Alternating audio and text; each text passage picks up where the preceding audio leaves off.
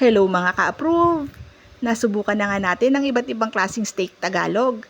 Try naman natin ang chicken steak. Tara, samahan niyo na kaming magluto. Una po ay timplahan po muna natin ang manok ng kalamansi, oyster sauce, paminta, toyo, garlic powder, at saka ng asukal. Haluin lang po natin yan at imamarinate po natin siya ng 15 to 30 minutes. Pagkatapos po niyan, pwede na po natin prituhin ang ating minarinate na manok. Hayaan lang natin mag-slightly brown ang bawat side po ng manok. Pagkatapos po niyan ay itabi na po muna natin. Dahil piprituhin naman natin yung sibuyas. Butter po yung gagamitin natin sa pagpiprito po natin ng onion rings. Nagmelt po muna tayo niyan, tapos ilagay na natin yung ating onion rings. Pag naprito na po natin yan, iset aside muna natin kasi gagamitin natin pang toppings yan mamaya.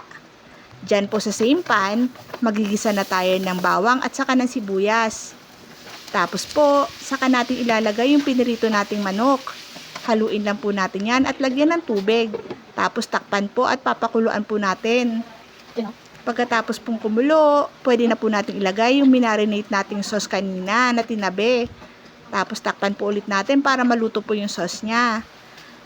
Pag nag-reduce na po yung sauce, lagyan po natin ng konting honey, pangdagdag ng tamis po. Ayan po, pwede na po natin i-plating at lagyan ng onion ring sa top. O, di ba?